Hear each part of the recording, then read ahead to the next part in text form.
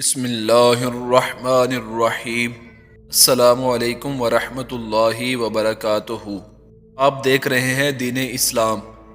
Video شروع کرنے سے پہلے ہماری یہ گزارش ہے کہ اگر آپ نے ہمارا چینل ابھی تک سبسکرائب نہیں کیا تو برائے کرم ہمارے چینل کو سبسکرائب کر لیں اور بیل آئیکن کو دبا دیں تاکہ ہر آنے والی ویڈیو کا نوٹیفیکیشن آپ تک پہنچ جائے۔ جزاک اللہ خیرہ۔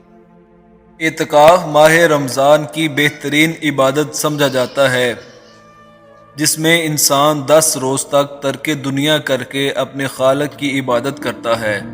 حضور نبی اکرم صلی اللہ علیہ وآلہ وسلم نے ارشاد فرمایا، جو شخص اللہ کی رضا کے لیے ایک دن اعتکاف کرتا ہے، اللہ تبارک و تعالی اس کے اور دوزخ کے درمیان 3 خندقوں کا فاصلہ کر دیتا ہے۔ ہر خندق مشرق سے مغرب کے درمیانی فاصلے سے زیادہ لمبی ہے۔ سورہ بقرہ کی آیت نمبر 216 میں اللہ تعالیٰ کا ارشاد گرامی ہے، اور ہم نے ابراہیم علیہ السلام اور اسماعیل علیہ السلام سے عہد و پیمان لیا کہ وہ میرے گھر کو طواف کرنے والوں، اعتکاف بیٹھنے والوں اور رکوع و سجود کرنے والوں کے لیے پاک و صاف کر دیں۔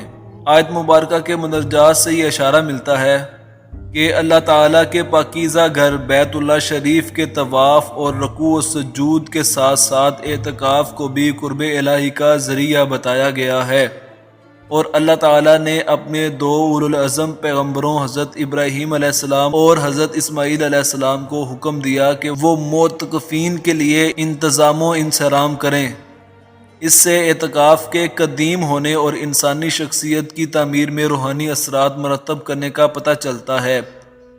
حضرت سیدنا ابو سعید رضی اللہ تعالی عنہ سے روایت ہے کہ ایک مرتبہ رسول اکرم صلی اللہ علیہ وآلہ وسلم نے 1 سے 20 رمضان تک اعتکاف کرنے کے بعد ارشاد فرمایا کہ میں نے شب قدر کی تلاش کے لیے رمضان کے پہلے عشرے کا اعتکاف کیا، پھر درمیانی عشرے کا اعتکاف کیا، پھر مجھے بتایا گیا کہ شب قدر آخری عشرے میں ہے، لہٰذا تم میں سے جو شخص میرے ساتھ اعتکاف کرنا چاہے وہ کر لے۔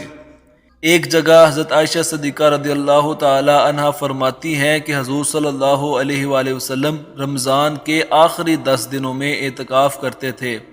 حضرت امام حسین رضی اللہ تعالی عنہ سے روایت ہے کہ حضور صلی اللہ علیہ وآلہ وسلم نے ارشاد فرمایا، جس نے رمضان کے آخری 10 دن کا اعتکاف کیا وہ ایسا ہے جس نے 2 حج اور 2 عمرے کرنے کا ثواب پایا۔ سبحان اللہ۔ اعتکاف کی 3 اقسام ہوتی ہیں، جن میں سنت، مستحب اور واجب شامل ہیں۔ اعتکاف سنت میں مسلمان رمضان کے آخری 10 دن دنیا سے کٹ کر صرف اللہ کی عبادت میں مشغول ہو جاتا ہے۔ اس کا ایک خاص مقصد رمضان کی طاق راتوں میں عبادت کرنا بھی ہے۔